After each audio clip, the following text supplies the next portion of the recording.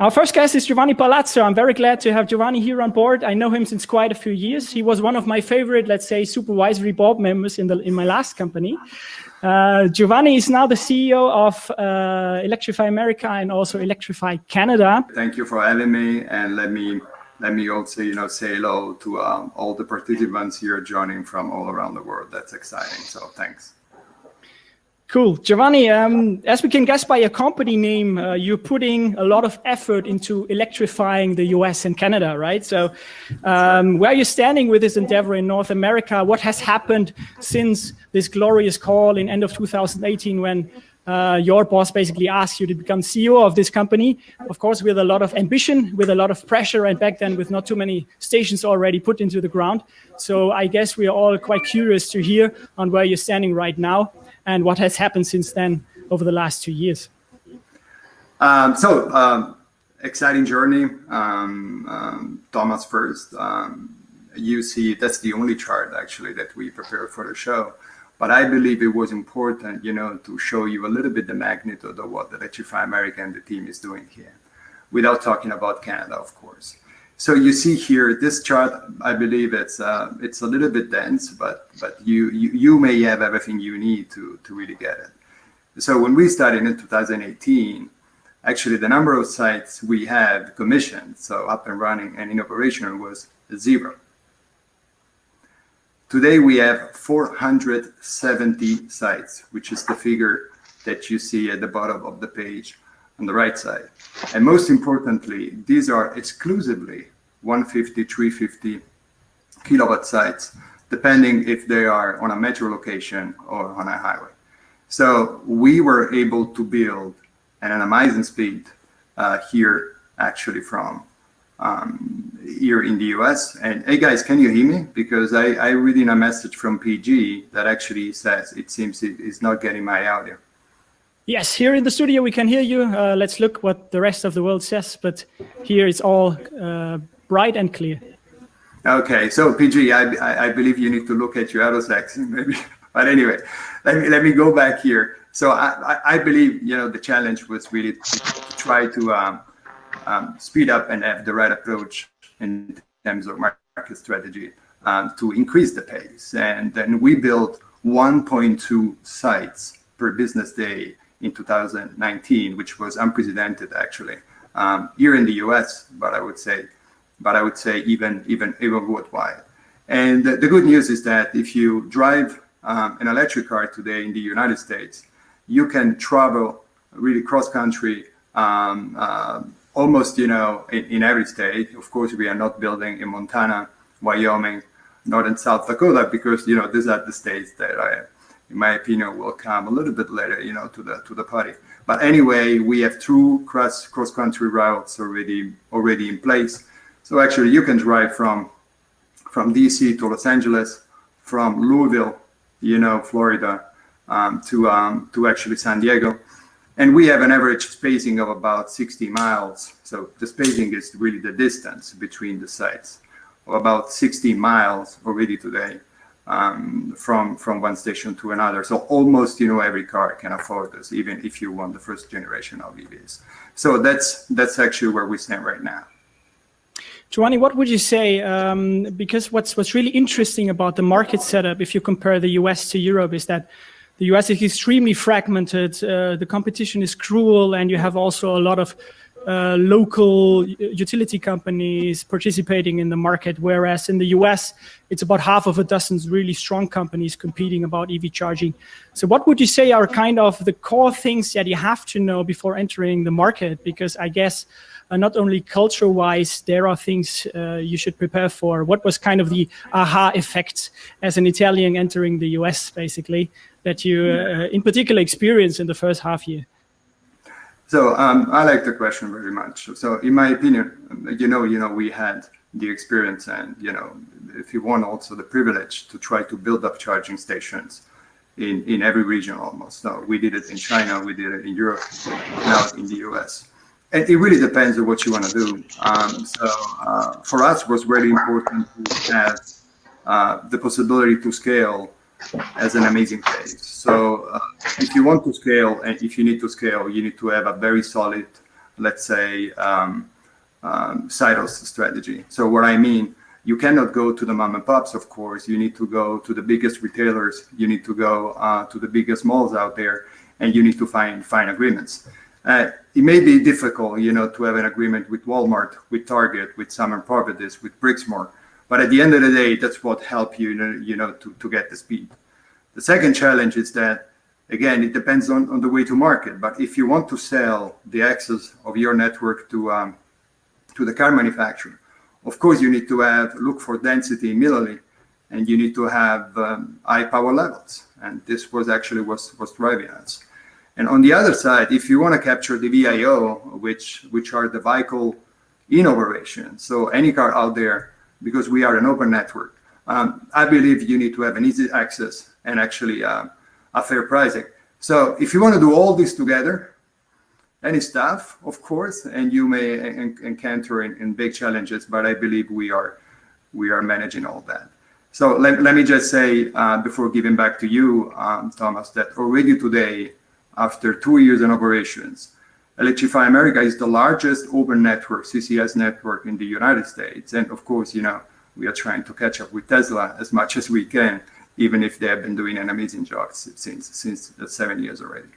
Regarding the other market, very, very briefly, and you know this by heart because we experienced together in Europe, the CPO scene, it's actually pretty limited here. The companies out there, EVgo, ChargePoint, a couple of others, mainly 50 kilowatts, but I would say, with a decent national coverage. So it's a fascinating background, very motivating being here. We are, more or less in contact with those companies, and we are having good business and good relationship with Tesla in particular. What is interesting for you, and I mean also maybe for the colleagues on the line, is that the MSP scene is increasing massively because, the industry is understanding that you want to get access to those chargers. And this is the most fascinating point. So, and I believe also in terms of, the proliferation of MSP entities here in the US, we're going to see a little bit the opposite of the situation that you have on the CPO side. Right.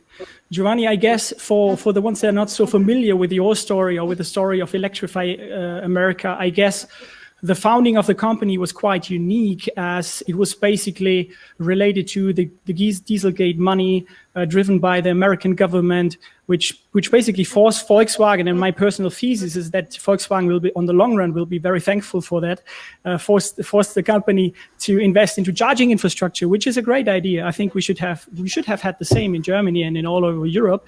But I guess it must have been quite a ride to experience that, entering the market with that kind of pressure. What were the first reactions coming from competitors, coming from the stakeholders, coming from the lobbyists in the market when you entered it with that very, very special background and funding story? So look, great question, Thomas. We are making an investment of $2 billion over 10 years. Very important. It's not a penalty. It's an investment. So what does it mean? That of course, it's on the ability and the way you execute that actually, if you may have success in attractive investors, and customers, B2C and B2B side or not. And, money is king, of course, especially in this country, as we know. But Electrify America is not the first company that had the ability to access to capital in the US on the CPO side. Actually, there were many examples. And, if you know the history here, I don't want to, of course, name the companies as well. But not all of them were able to execute it right, and actually not even able to have and create such a footprint that we are doing. So the reason why I'm telling this to you is that money is important, of course, but you need to have a plan. And what we learned here is that we have a little bit different approach because, as you know, in Europe and in China, in my opinion, also in the US sometimes, when you start a charging network, you tend to start from the vehicles normally. So charging curves, protocols, now 15.11.8, which is king and very, very important, charging protocols, of course. Actually, what we're doing here, we are trying to combine the two words. So We are starting from easy access, fair pricing, a nice app, the nice location to capture the B2C side, and then having, of course, a nice offer for the car manufacturer here, because of course they are bringing good revenue to the organization. Right. Giovanni, for me, you always have been someone like a guy that did not really fit into the stereotype of a corporate manager, entrepreneur, having kind of the same background myself. So do you have something like a success secret on how to survive in that kind of structures? Even more survive when you have big goals, when you have to really accomplish very, very, high targets. So is there anything you want to share, something like a secret with the other guys? I guess there are a lot of people, watching from other corporate motherships that are interested in your findings. No, I would say a lot of training. No, I would say kidding. No, I want to say, so look, I appreciate it. And of course, it's difficult for me to judge it, but I know what you mean, maybe. What I can tell is that I had a very basic and operational background. So I've been in sales, a lot. I've been, I started in Mercedes-Benz. I was a stager, I was an internee. So I know the shit, you know what I mean? So I really started from the basics. And on the other side, my father was a fine salesman. So he was a franchising manager in the retail fashion business. I learned a lot from him. And, be humble, look at your competition, look at your cost structure before going into the revenue, understand where you want to go. It sounds very, very simple and actually even if formal, if you want, but it's very, very important if you have the vision of the basics, especially when you work in big corporations. And regarding the black sheep, actually, I believe you're right. So if you think that I started with electric mobility in 2003, 2004, we were installing the first wall boxes in Italy together with Enel. NLX at that time did not even exist. So, but the good news is that the transition from ICE business to electric mobility, it's very, very clear since years now. So actually, I did not have actually a bad time, I would say, over the last couple of years. I'm enjoying it. Perfect, cool. Thank you so much, Giovanni. Then I would say let's invite the second guest for today. The second is Chris. I also know Chris since his time back then at Schneider Electric. Chris is now leading the pack at British Petrol BP. He's the one who's responsible for electrification all around the world, especially on the infrastructure side, and of course has also a long-term history in e-mobility before leading the business unit at Schneider, who introduced the first charging stations into the market. Welcome, Chris. Thank you, Thomas. Thank you for having me on board today, and happy to follow up on Giovanni. There was a strong experience we listened from Giovanni. Chris, I guess you share one, let's say, one past or one item in your history with Giovanni. You probably have very ambitious goals with a company that was a little bit late to the game, at least from an outside perspective, and now you're in the lead of electrifying, I guess, your company from the inside, but also convincing the petrol heads, convincing the people that are still, working on fossil fuels. So I think it would be really great to hear a little bit about your journey at BP and also hear where you're standing right now with your business, with a particular eye on EV charging. Sure. So I joined BP 3 years ago, actually, starting the journey on electrification, and in fact, in the advanced mobility unit. So we're not only looking at electrification, also what would be the cooperation partnership we should set up with a new way of mobility with Uber-like kind of activity. And recently, as you probably read and seen from the press, I mean, BP is going for transition into low carbon. So we have a new CEO, Bernard Looney, that come from the upstream activity, which is the strong oil and gas activity, moving into that new low carbon space. And this is going to change the pace at which BP is going to move into that space. We've announced that we will move from 7,500 chargers in the grants today to 75,000 chargers by 2030. So that's quite a number. I'm still waiting how I'm going to do this, but we have some good idea on this, right? Really, the journey was really interesting. We started from, let's say, nothing like at par with most of the oil and gas players, whether it was Shell, BP, or Total, or ExxonMobil. Funny enough, when I was a Schneider, I knew this from outside, as I was supplying some of them. But we went very far, we're very fast, clearly, into moving to that pace. As the first thing we've done was really buying a ChargeMaster in the UK, so that we could acquire the largest network in the UK.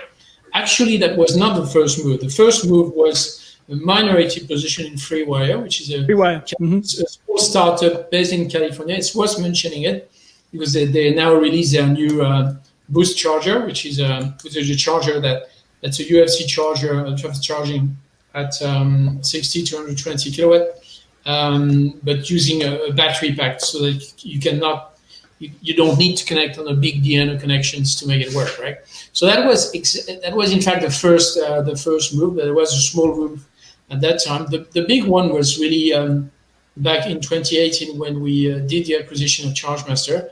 We decided then to play big into the UK and get the biggest network in UK, whether it's on the go or so on. So that's how the journey started back in 2018, 2017. Right. What would you say, I mean, what is very typical, of course, if you choose, and I think it's a valid choice, to enter a new market with an acquisition strategy, how did you manage to not, create this classic hack to death for those companies? I remember meeting FreeWire a few years back when they were all working in their garage without windows. So I expect a big cultural shock when they're first time in the headquarters in London at BP.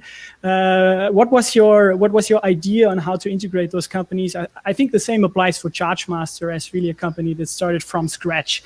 Is there anything you want to share on that point? Well, FreeWire is a minority investment, so we're having a venture funds at BP, and so that's how we work. So it's a different kind of setup. So you need to cook it very differently from when you do an acquisition. And we've been helping them to work on the product management side, as well as helping them on the finance side as well, and also in the rollout of the network. So FreeWire is one story from the minority standpoint. ChargeMaster is a different story because that's a full acquisition. So the mistake that we could have made would have been to fully integrate ChargeMaster into BP. So we've integrated them to a certain level so that they can still have the ability to be flexible, to be agile as a startup. And we have a great guy joining us is Matteo De Renzi, coming from Get, with a good mobility background. And so ChargeMaster has a lot of degrees of freedom to operate aside of BP. So we get the best of the two worlds, still having a startup operation, right? Growing up now because it is becoming quite big, about 150 people, right? But using also the big BP as a network, especially when you look at the large fleet portfolio that we have at BP, for instance. Right. When we talk about ways to expand, what would you say are kind of the strategic advantages, kind of the unfair advantages for a player like BP when you want to enter new markets? So to what extent is also the locations that you own maybe an asset that you might play in the future? What is your experience so far on that? Well, if you look at the electrification market, actually you can split it between home, on the go, and fleet, more or less, right? Workplace would be kind of within the fleet, I would say, even though there's a link between the on the go. So if you look at what those big energy company has, basically they have a retail location, so usually where people are used to come and fuel and fill their car with fuel. So because of that network, which is a retail network actually, where people can go have a break, buy a coffee, buy a drink, something. So in Germany, it's ready to go. In UK, this is Marks and Spencer, and in the US, this is AMPM, for instance. So those infrastructures already exist, right? And also the way this is managed between owning the operation or having somebody managing the operation as a dealer or as a jobber in the US, then this is already set up. So it's an advantage for us, in fact, in terms of rolling out HPC networks in territories. For home, this is much more different cases because a company like BP has a very limited experience in home, so we have to build everything. So I don't think we have any advantage here. It's more like anyone else, I would say. I think the utility guys selling energy to the homes have more advantage than big oil and gas legacy business. But we're going to play across the board anyway. Right. Christian, when we have a closer look on Europe and you're part of this EV charging story long enough, we all have been expecting that consolidation a bit earlier. That means we saw that curve of more and more companies popping up, MSPs, CPOs, and so on, tech companies, software, hardware companies, and it doesn't seem to stop. So what's your idea on the further market development when we look at the fragmentation in Europe? And what might this mean in the context of sales and expansion for companies that might be fresh in the market, that might have plans in particular to enter the bigger European markets?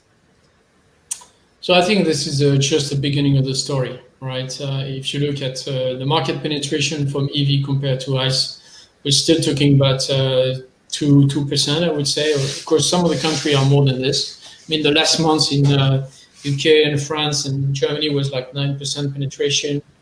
Of course, Norway is above 50%. But if you look at the install base, we're still in very early stage into the EV world, right? China is moving fast, actually, but it's still quite small. So there's a lot of opportunities for small, medium, large players to move into that space. And if you look back into the telecom market, let's say 30 or 40 years ago, you had a lot of players in that market. But now if you want to go into a shop and get your smartphone with a subscription, I mean, there's not so many alternatives for you to go into that market. So I'm sure this market will concentrate at some point in time. It's probably too early now. Probably it comes maybe post 2025 when the market is going to go up, and when they will need some rationalizations or big players will need more interaction. So that's probably where the market is going to go.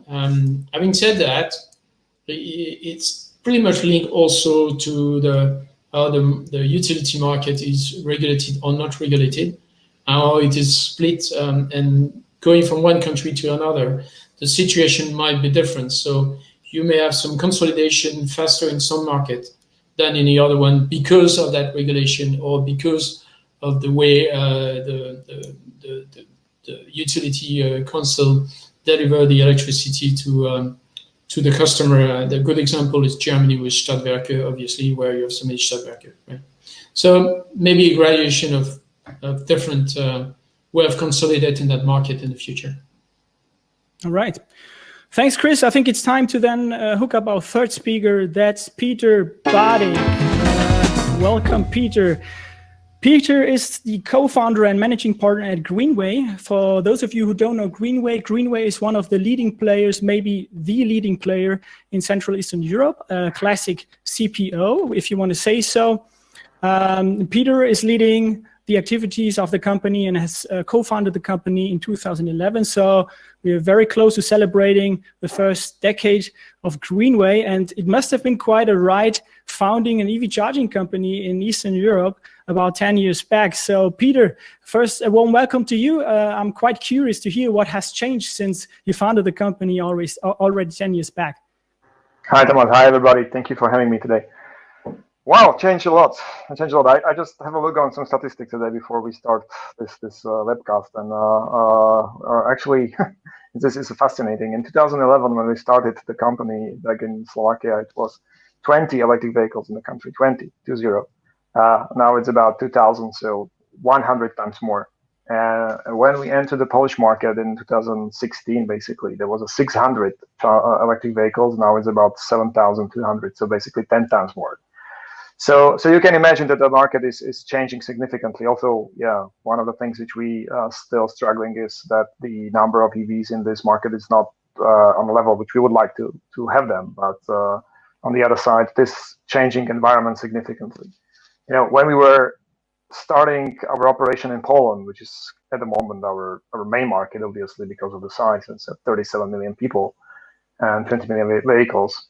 There was 6 fast chargers, so you were basically eventually not able to travel across the country. So our first thing which we wanted to do is just basically enable a basic thing to people to take the car and travel to the family from north to west or east to west, doesn't matter.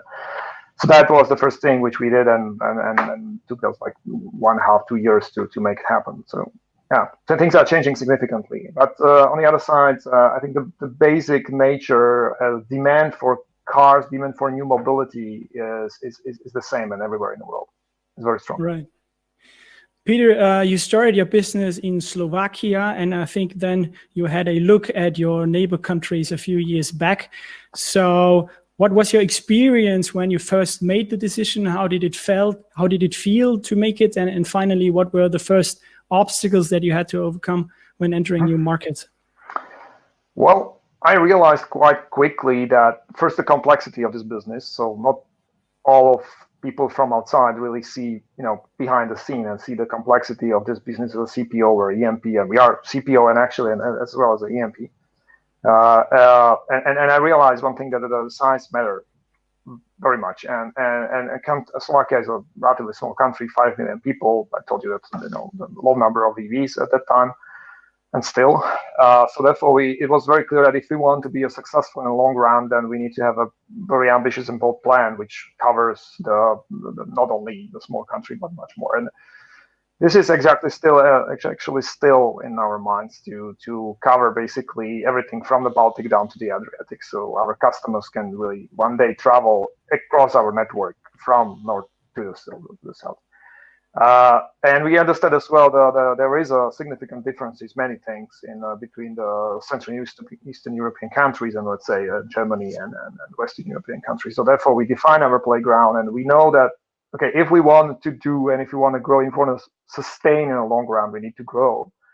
And therefore, the Poland was a very natural choice.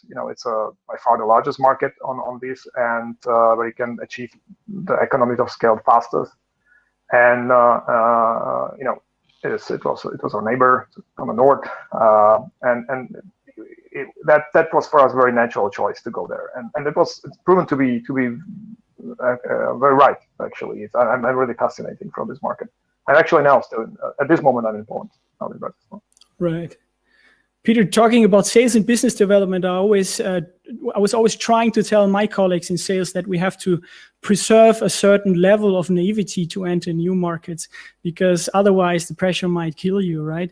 So can you share maybe some of the stories talking about naivety, where you might say, well, back then there were some pros and cons around being naive, and maybe some positive but as well negative stories on market expansion and doing things wrong and right in other countries. Okay, one was very naive thing from my side was when we actually started back in 2011. I was betting on a little bit different thing than the charging. It's fast charging. I was betting on the battery swap. So we started. You're not the only one, I guess. There are a few other guys out there who tried. Some people on the webinar still remember Berryplace. Many years before the Tesla. That's the company before the Tesla. And actually, we for some time, I think for 2 years, we ran the only commercial battery swap system where the car's running and swapping of the battery on the daily basis outside of China. So that was one thing, but this is more anecdotal. But I think what was the biggest naive thing, or maybe what I expected to be a difference, was the actions of OEMs, to be honest. And I'm following it since I'm in electromobility, and for many years it's very clear that they didn't take it seriously. to be honest. This is my biggest concern, and I think it's changing only really recent, maybe 2 years, when they really can say, okay, now, and I can say Volkswagen, for example, not mentioning Tesla, this is a different story, but Volkswagen is probably the one who is taking it really seriously. And now although I'm still cautious, but I think now they are really serious. And for many years they were not. So being naive, maybe in 2011, 12, or 13 was or this early stage of my company, was that believing that what they are saying they are really want to do, they didn't want. They just want to postpone. So that was kind of naivety on my side. Right. If you had one wish towards the car manufacturers, the OEMs, for the next 5 years, what would it be? Is it only bringing more cars on the roads, or other wishes also maybe coming from a technical perspective or from an operational perspective of a classic charge point operator? Maybe something unusual. I would like from them a clarity about perspective. In our business, should be CPOs, EMSP, and many other players in electromobility ecosystem. Everything starts with you need to have EVs, otherwise all the other ecosystem is basically useless. And what I missed for many years was some kind of a clarity about what we are going, where we are going. There were many declarations saying in 10 years, in 5 years. And so I don't care about it, honestly. What I would love to hear from them, what they are going to be their production capacity by quarter in the next 3 years. And okay, in the last year they can give a scope or some boundaries. Doesn't have to be precise. That would so much help the whole industry to adjust, because now we're seeing everybody momentum, and that's fine. But more clarity from OEMs about what they are really planning, when they are really going to introduce the cars, how many of them are going to introduce, and which markets. I know that's easy. I know that's a business secret many times, but if you ask me for my wish, that's my wish. All right. Okay. Thank you, Peter. My first question to all of you would be, if you would try to draw your role model of a sales manager or business developer for your particular company, how would it look like? Yeah, I think first that person needs to understand the value chain and where the company is positioned in the value chains, and to understand the stakeholder around that value chain with the ecosystem, so that when you are there to figure out you want to develop a business, what are exactly the expectation in that value chain, and where you can fit and provide the service to a customer, right? So, and the second point would be really to understand the customer. That's quite obvious for a salesperson to understand the customer, but sometimes you have salesperson don't even listen to the customer. You should listen to the customer, and you should understand what are the main pain points for the customer. The last point for me is be focused and look for value. That would be the 4 points I would be looking for. Anything to add from Giovanni and Peter? So in my opinion, of course, like a business school is always helpful, but if you have a strong operational sales background, maybe it's better.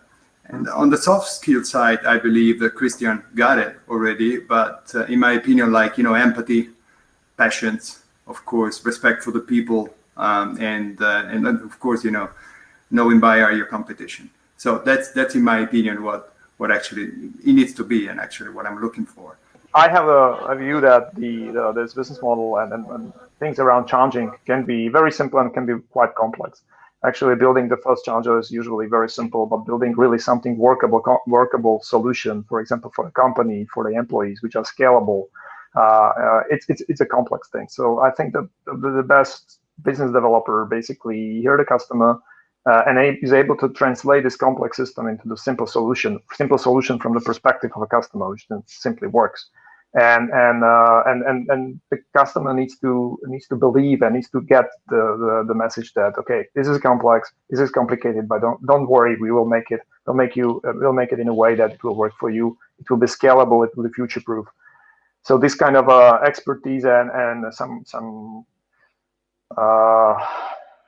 translating these things into the normal language of people who may not understand everything and all the things related around that is, I think, crucial. Right. And empathy and all these things. Yeah, that's for sure. Yeah, we are trying to do a human business here. Right.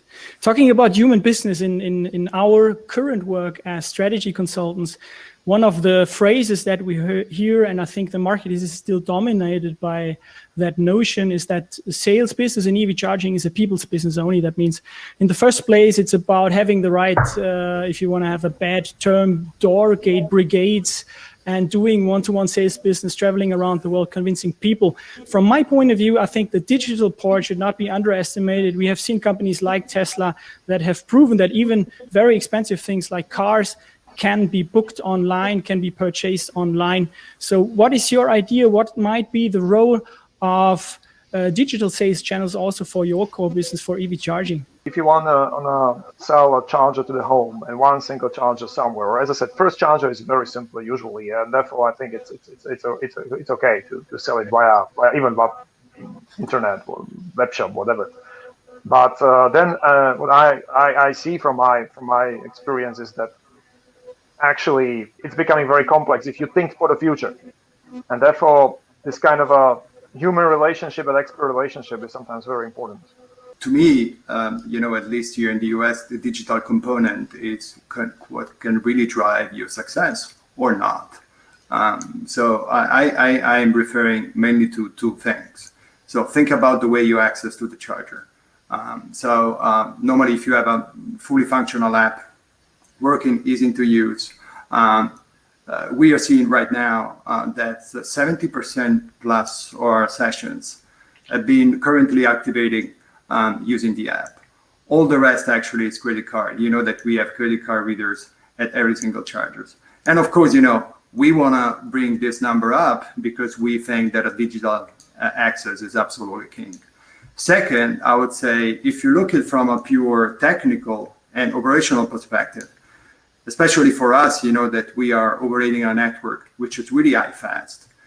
What we need to have, it's really over-the-air update capable chargers, because we are now, when you bring new pricing into the game, when you bring a new service into the game, when you need to correct an error code because actually some customers cannot charge, the only option that you have to deploy this change to your network via click is over-the-air update capable on every single charger.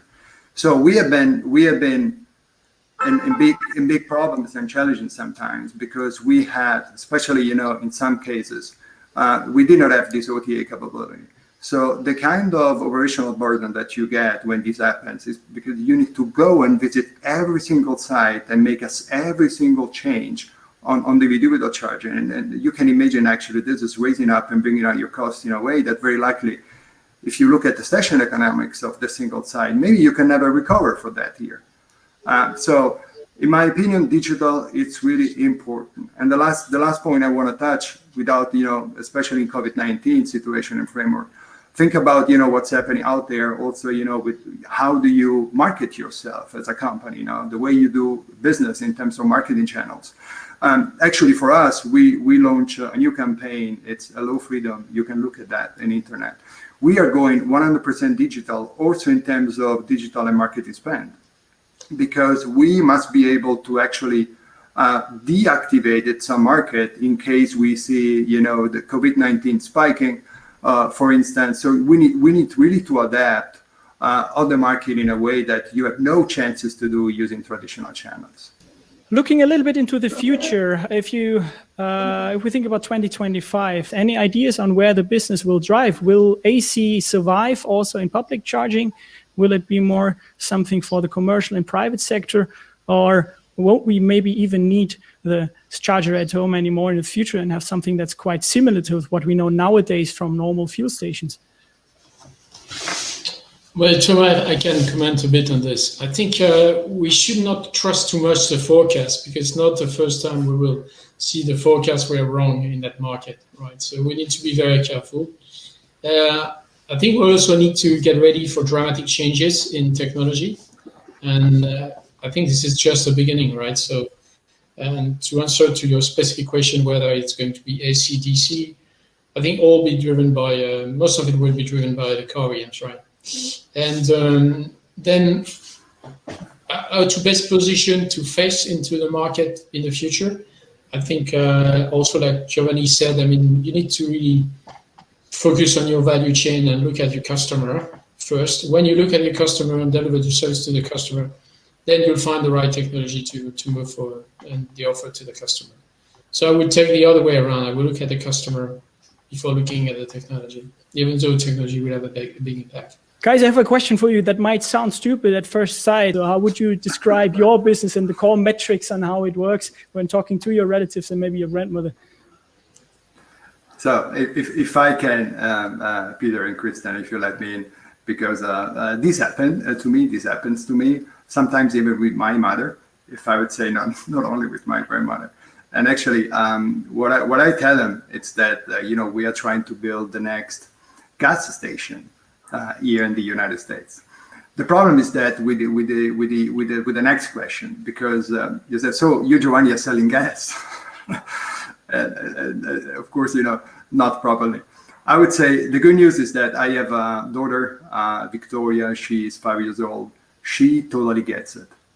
It's impressive how she can recognize like stinking cars, and she hates them. You know what I mean? So she doesn't like when people make a huge acceleration at the light because it's not needed. So I believe the new generations can really nail this down, maybe better than actually we're doing right now. So that's much better than the explanation of one of my colleagues. She always said if no one got her and her job description, she always said at the end of the day, it's something with computers, right? So yeah, right. That's you never fail. If you never fail. If you say right. What about you, Peter and Christian? How would you describe it? Well, I'm just making people move, just to say in very, very quickly, but and then probably I would sit for 2 hours and explaining in details what is it. And I don't know if you guys have it the same, but once you are doing in this business in electromobility, and electric cars are sexy topic, so to speak. So I end up talking about electric cars on every beer with my friends all the time. So it's sometimes really, really like, all the time I'm going out, the topic comes to the electric cars at the end. So I think I made a lot of an explanation, but already, yeah. I think what I'm trying to do is really to change the complex things into the simple things which works. And this is, I think, for all our industry, the big challenge, how to make it very simple and easy and user friendly, because we are still, I got a feeling that we are still in a situation where we have a lot of enthusiasts in this field. But the common people, so to speak, they are coming, and we need to be ready to make it extremely smooth. Otherwise, our big vision for electrification can fail on our inability to make the charging simple. So it's I think for us it's a mission to make it simple. Yeah, and Thomas, may I simply add, because I believe Peter is really making like an amazing point, which is actually how can I create really this kind of parity of use between gas and ICE, versus electric cars? Because at the end of the day, if you want to capture millions of people out there, that's what we need to do. Because education, I remember, and Christian and Peter, maybe you the same. When we guys started, a lot of years ago, we, were, hiding ourselves about the fact a lot of people, they don't get it. We need to educate people. Well, actually, most of people, they don't want to be educated at all. You know what I mean? They want to pop up in front of a charger and actually get a charge. If they're on a highway, they want to be charged in 15, 80 minutes, which is actually the average time they spend when they use their cars, when they travel to go into the bathroom, to enjoy sometimes, make 3 minutes exercise and then jump back into the car. So, and what I mean is that how does it translate for us, running CPOs and charging company? And especially what should we ask to the car manufacturers? Like those guys are saying, and Christian was meaning, I mean consistency in terms of offer.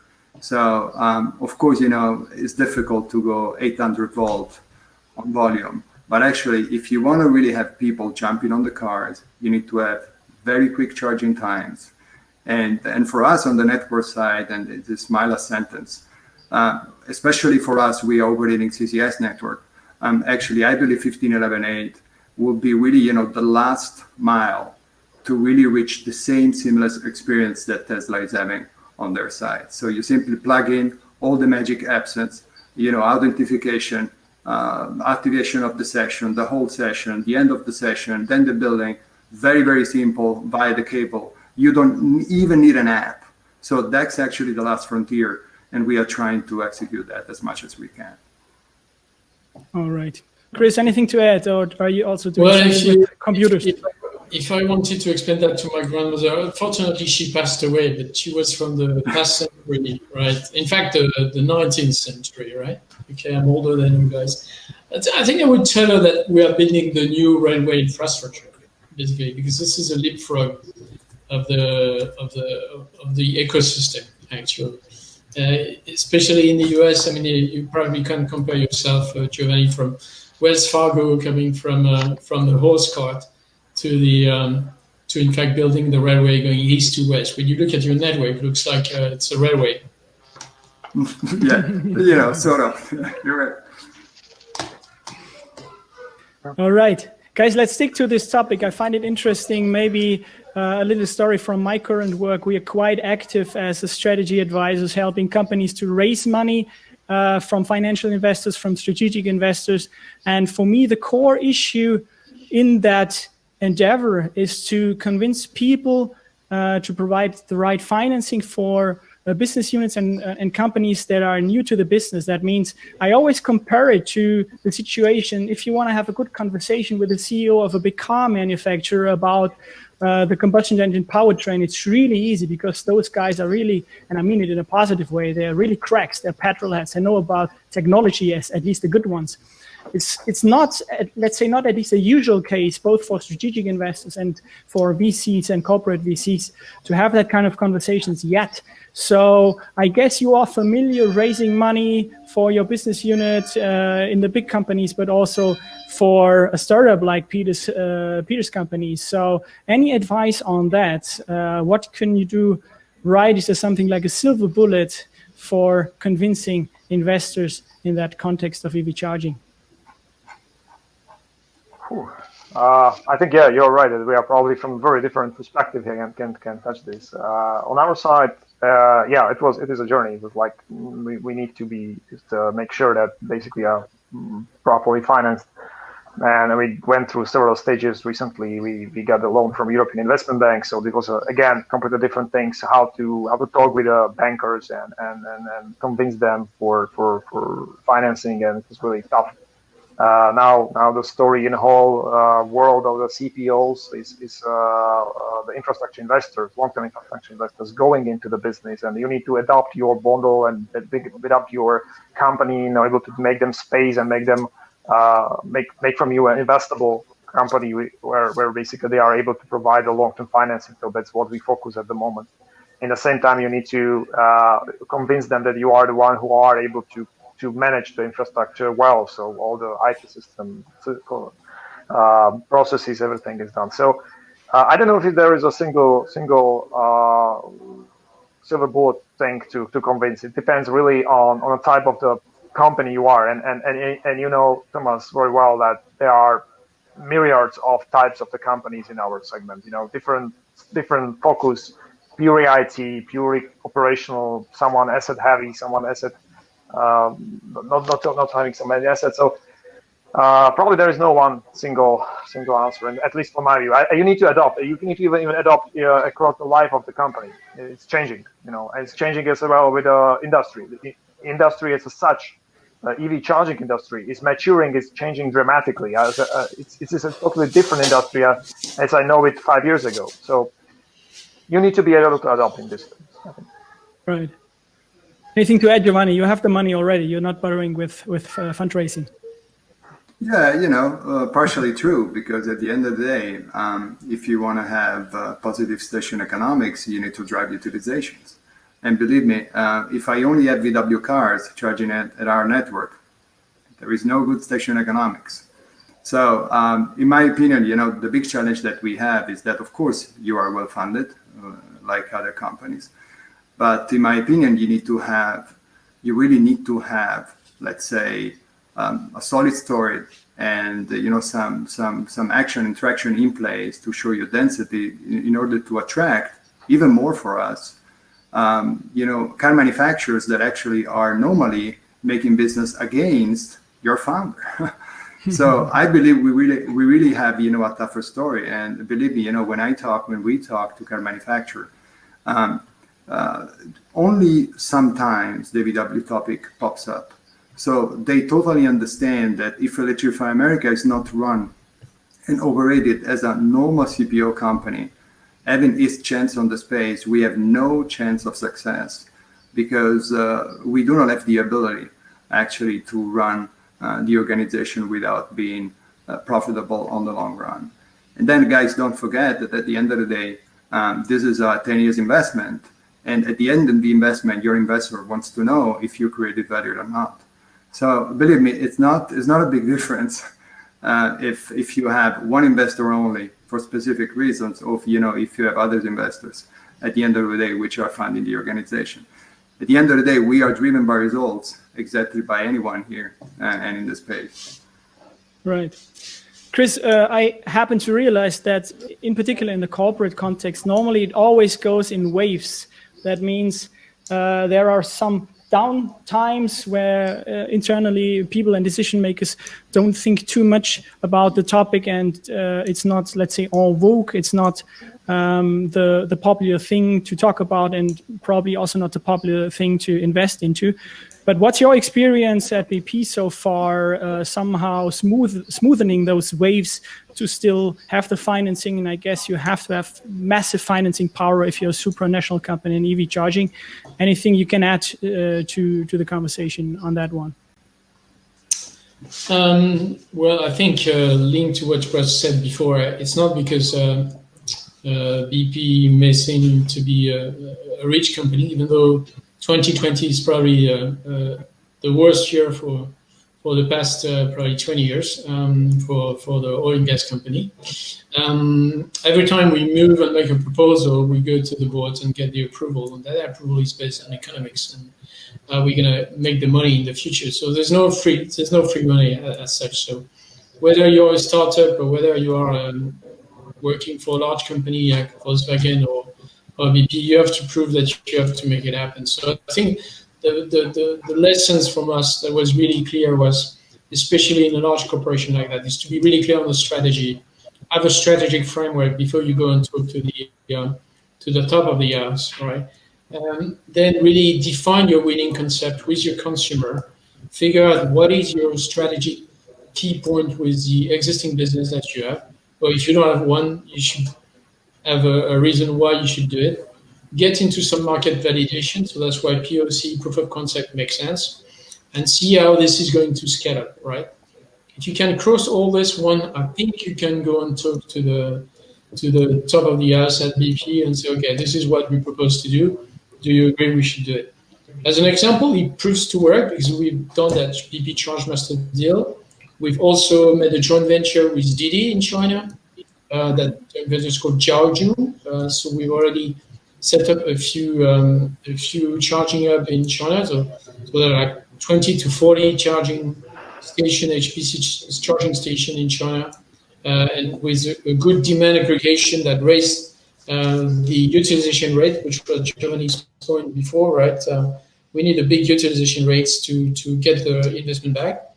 So China was the next one we've done. We're now moving at pace in Germany. So we got approval this summer to move at pace in Germany using the Aral network in Germany. And we're going to go big on this. And and we are now looking at moving into the US. And there might be some other surprise next year. But going back to the point, I mean, it's like startup. You have to prove that you need that you deserve the money to develop the business, right? Right. Very interesting. Thank you so much, the three of you, until that point. I would say let's have a quick look into the two polls right now. So at the very beginning of the show, we asked two questions in the polls. So let's see where we are standing with that one. So the first question was, who of you is already active outside of your home market and your home country? So currently it's about 70% who's very, very active internationally and rocks the EV charging world. Only 13% likes to stay at home because it's always the best place in the world to be at home. And the last one is, and you can directly click the call to action below, would love to enter the market, to enter other markets, and please help us, Cosmic Cat. That's of course very doable. So most of the companies are already international. Let's have a look at the second one. What were the core obstacles during the expansion for our viewers? And that's an interesting one. The first one, and I would have bet on cultural fit, and that's not the case. The first one is supply chain risks and local partners. Many friends ain't easy. Yeah, that's something I'm very familiar with. I would even say handshake quality is something that's really rarely seen in any business right now, which is a pity, but I can just relate to that. Then we just have 3 different answers with the same status. Ben, if you could go back. That's cultural fit, adjusting to local customs and to local culture. That's the local competition. Of course, in particular in Europe, I know a lot of stories where companies have a hard time with local competition. And of course, finance, that's one of the core reasons in particular why startups fail, not having the proper finance.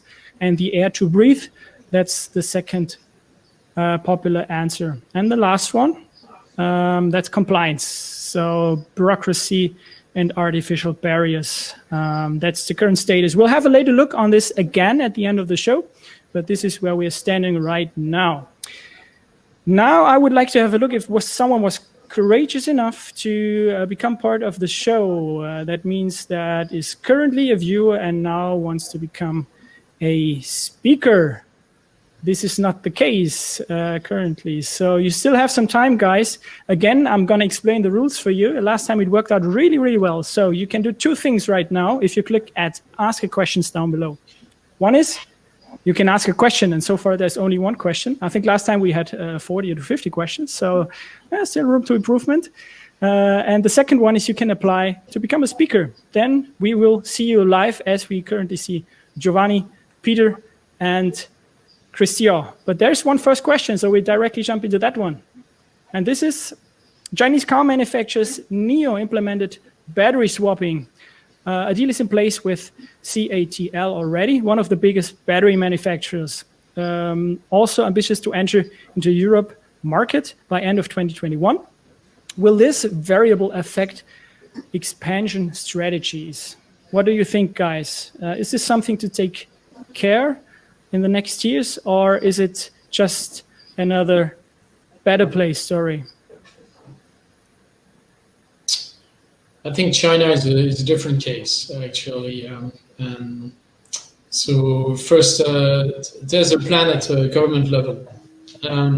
So if the government really decides on a standard and has a push on one direction, there can be a better place story, if I may say, in China than he went before in some other place in the world, right? The other thing is that if you look at a closed loop system, like a taxi system or let's say a fleet systems, battery swap could make sense, right? It could replace fast charging, but it needs to be some kind of regulated environments to make it happen, I believe, right? Would be probably more difficult to make it live in other territory than China. Right. What about the US battery swapping a thing in the States? Yeah, like Christian was saying, it depends on the use case. Not sure about public charging, if I may say, because I believe the initial investment can be pretty high. But you can cope with initial investment somehow. Now, if you have your case, you have the typical curve of expenses and then rising, with revenues kicking in. So it depends on the model you want to run, in my opinion. My biggest point maybe it's on the regulation side. So I fail to see spending almost my life on the car manufacturer side, how you can adapt to a model that actually can somehow be used from a neutral company to swap actually and get access. First, get access to the battery, and second, actually do it on a scale that you can do it, naturally for more than car manufacturers. And the reason why I say that, because I believe it took 10 years to get some, alignment on a plug, which is a much, more simple topic, and we don't have them at the end of the day. So we see some, let's say, consolidation now in the US with Nissan switching to CCS actually, but there was no real agreement on that. And we have seen this in Europe, and we have listened in Europe and the same. China, it's easy, of course, he's right. I believe also that the NIO concept has been heavily subsidized at this point of time. So of course we need to see it at the market as usual. Right. Yeah, I had a first-hand experience with the battery swap, as I said. I think I can only agree with Giovanni. Probably the biggest obstacle will be to find a agreement. We still do not have, for example, an agreement where to place a receiver for inductive charging, in a car. Yeah, exactly. Honestly, right. That's such a big topic. So, simple topic. Sorry, should be simple topic to agree, and it's not there. So therefore, I don't know if inductive charging will ever take place if the OEMs will not agree. So, yeah, it's very hard to go with the swap. Right. Yeah, I guess from a system point of view, battery swapping is one thing that is now experiencing something like a renaissance. The other thing is, of course, a discussion about hydrogen, which is, I would say, in the first place, a European discussion, because we in Europe, we like to not put all eggs into one basket. So that's probably since the time where Volkswagen said, well, we really do believe in electric mobility, and I think it's really trustworthy how Mr. Diess promotes that. And later, since that point of time, we had stronger forces that are now re-engaging into hydrogen. What's your opinion on that question? Is that a thing still alive also for passenger cars and not only for things like ships or for like heavy transportation? Let me go last because I have a very strong opinion on this. I think everybody has. I mean, as well. I'm honestly fighting a little bit with our government, but yeah, if I can start. Absolutely clear, no way in passenger cars, in my view. Yes, so there is no reason for that. And I don't know. The problem. I'm a big fan of hydrogen. I think globally we cannot reach full decarbonization of our economy without hydrogen. That's the first thing. But it doesn't have nothing to do with passenger cars for sure. And there is one big problem with hydrogen I have in this respect is that the debate about the hydrogen cars somehow take away the attention from the direction which we should go. And it's not only now, but I was experiencing, and I know how you guys, but I was experiencing this since beginning. Always this was like, there is a better technology later on why we should focus on doing something now. And this is the biggest harm made by hydrogen guys for transportation, for decarbonization of a transportation, in my view. This is a principal problem. So I'm not so worried about technology itself. It's proven to be superior in terms of battery charging, but this kind of let's postpone, let's wait. There is something better behind the corner. That's the problem in my view. So I go second because Giovanni is going to go last, right? Okay. No, I simply, because I don't need to need anything. In my opinion, really, like Peter, at least, from my view, is really nailing this down the way I see it. So, look, when I was younger, if you remember, Mercedes-Benz was very engaged, in fuel cell. Do you remember the A-Class? I believe it was 2002, even 2003, the B-Class then. And at that time, frankly speaking, I wouldn't say a firm believer, but I was giving a chance on hydrogen on passenger car because it was hiding and, it was hitting, the biggest problems we had at that time with actually electric cars, which was range and time of charging, okay? So actually, over the last years, the BEV vehicles exploded in a way that actually today we can charge I say a Taycan, but actually any other 800-volt car. And these cars are coming in the US, next year, also in the volume sector. We can charge those cars in 6 minutes, 8 minutes, depending of the SoC, of the state of charge. And on the other side, of course, I believe there is also the cost of, I look at, of course, selfishly, if you want, from the CPO perspective, but the cost of a station, of hydrogen station, is pretty high in terms of investment once again. And I believe also, Mara's comment, it's being used a little bit as a distraction, over the last couple of years. I want to say that if you look at what happened, historically, everyone was saying for sure, for fleet management and so on, you're gonna go for hydrogen. And we say actually this is not happening. The next was hey guys, for truck and buses, heavy duty, it will be hydrogen. And you see what's happening here, actually, this is not the case. And in my opinion, really, there are some chances, planes, trains difficult, but actually, big boats, airplanes, it could be an option there. Even if, you heard that Elon said, I believe yesterday on Monday that someone is working on a 400 kilowatt hour, 500 kilowatt hour battery that he thinks actually could be useful also for these other use cases. So I can tell you, and really my last sentence, in the US, you have Tesla, of course, heavily, influencing the market. And in my opinion, we can manage, and I don't believe there is any chance for hydrogen, at least on the passenger car side. Please tell us more about upcoming MSPs in the US and how do you think that market will look like in 2025? So I guess it's related to the topic that we already tackled a few minutes back, that the US so far is a quite, I would not say protected market, but at least it's a market that is shared by only a few companies. So how can MSPs get access to the market, and how will it shape in the next years?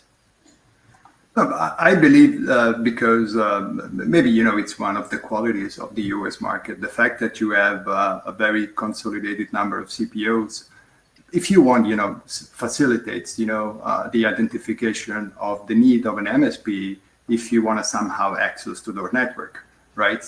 So what we are seeing at this point of time is that an MSP is like the if you want, the transition point, you need to somehow create business from what you're doing with your business and actually the access network. And interestingly, while actually at the very beginning, we were not seeing any, not even interest, but I would suggest that some car manufacturers, they were somehow, concentrated on the basics. So like, let me launch my car first. I get it done, and then let's see what happens, actually. I believe now they are getting more sophisticated across the board. So I mean Koreans, Chinese, American, Europeans, and so on. If you talk to a car manufacturer right now, you see that actually almost all of those, they're working on an MSP solution, which is own, of course. They want to maintain their customers into the ecosystem, and which is fascinating. On the other side, you may see a very similar process also, from the utilities, because utilities, of course, they're also bidding up, and they want to play a game which is limited as actually to provide connection to the networks. So this is what's happening, and in my opinion, we are seeing this only at the very beginning, and of course, Electrify America and other companies, they're also having that strategy to understand how to tackle this and how do we want to position it ourselves. Right. There was another one about vehicle to grid. I think that's an interesting one because I myself been very active on the vehicle to grid and defining strategies for companies. And what's quite special about vehicle to grid is that's something that almost everyone agrees that it will be a big thing and a new big business case, in particular for players that know their software part of the business. So any ideas on how this business will evolve? I think the tricky part is there that you need a certain mass, a critical point of cars to really scale with it and to make it a real business. So timing is crucial. Do you have any idea on where this business will evolve for vehicle to grid? Well, fine, it's, I think, very important if we talk really vehicle to grid or we talk vehicle to home. I think it's very different things. It's if you talk about vehicle to home, then I think it's a really interesting case. In case of vehicle to grid, I'm a little bit more cautious. I think it's not so easy to, again, for example, through the standardization across the OEMs and the possibility to really discharge and use the batteries for discharging into the grid by various CPOs. So you will have very complicated situation. You will have many cars with different OEMs. You will have different CPOs and MSPs, and making this ecosystem work up and running, it's very complicated. While if you talk about your car in your garage, then it's different. So I would be very quite cautious, but I can only agree that I think the final destination of every CPO is basically to integrate with the energy system and to provide certain services to the energy system, either via vehicle to grid or managed charging or whatever. But I think that I believe everybody is aiming at the end. So once we reach a critical mass, then we are going to be very important for the energy system. It has to happen, because if you calculate the storage capacity of electric vehicles, which potentially will be on the road, there is no other way than someone who is managing the connection between the energy system and car, which is basically a CPO and charging infrastructure, needs to play a key role in the system. Yeah, will Tesla again make it? Because I guess we all were very surprised when we read about the Autobidder announcement. At least I was, because I would have thought that this will come much later in the future. So what is your idea on the car manufacturers? Is it still possible for them to win that game or to compete when we talk about aggregating virtual car capacities to something like a virtual power plant, including the possibility to then participate in DSO and TSO markets in the future? I know if I think if I said that the basic or the most critical thing to overcome is the complexity, then definitely having everything under one ecosystem like a Tesla is definitely an advantage. So they can move in this ecosystem much faster, as well with many other things, and as well with the energy services and this kind of things. So in this perspective, closed ecosystem is much better positioned to be at that position much sooner. Nevertheless, even the CPOs like us, who needs to work with various cars, various MSPs, various situations, will get there, but probably later. Yeah, if I can add quickly, first on the vehicle to grid, it's a little bit similar to actually what we were discussing before for battery swap. So you need to have a strong collaboration from the car manufacturer to get access to certain components on their side, and most of them, they are not ready to make that quantum leap, if you want. On the other side, energy services are king. So if you imagine, look about Electrify America, but any network, of course, out there. So if you're operating one side, 150, 350 kilowatt, you have 1.2, 1.6 megawatt per site. Okay, it's a lot of power. So if you over time want to mitigate the impact of the network, you have two options actually. Either you add the battery on your side, and we are doing this already, so we are adding Tesla batteries, but actually you can compensate 20-25% depending on the utilization.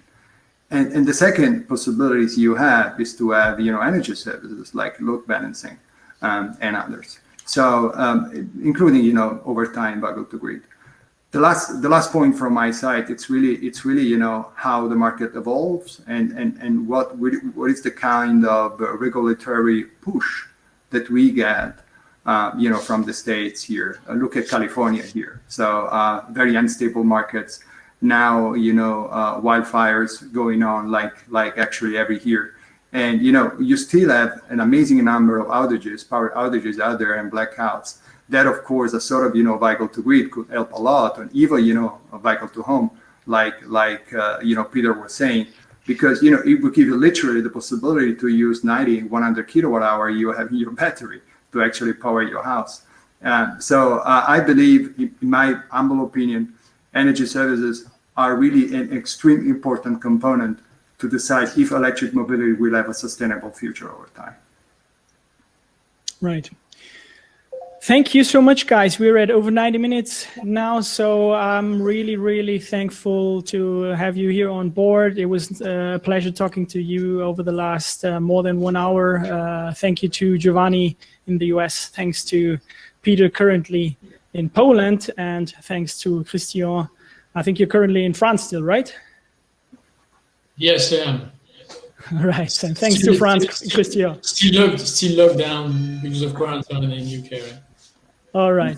Then all the best, the three of you. And thanks, of course, also to our viewers out there. And, of course, to everyone that made it happen here in the studio, in particular Ben, who's standing next to me, and Paul, who's now kneeling on the ground, taking care about all the chat stuff. So thanks to all of you. This was it for today. I would really like to thank you again, all of you, also the viewers out there. I hope it was interesting and entertaining for you. And I would really love to be back here together with you guys in exactly 1 week, 9 o'clock next week, when we talk about smart charging. Until then, I thank all of you. I wish you a nice day. All the best. And thank you. Bye-bye. Thank you. Bye-bye. Thank you, guys. Bye-bye. Thank you. Bye.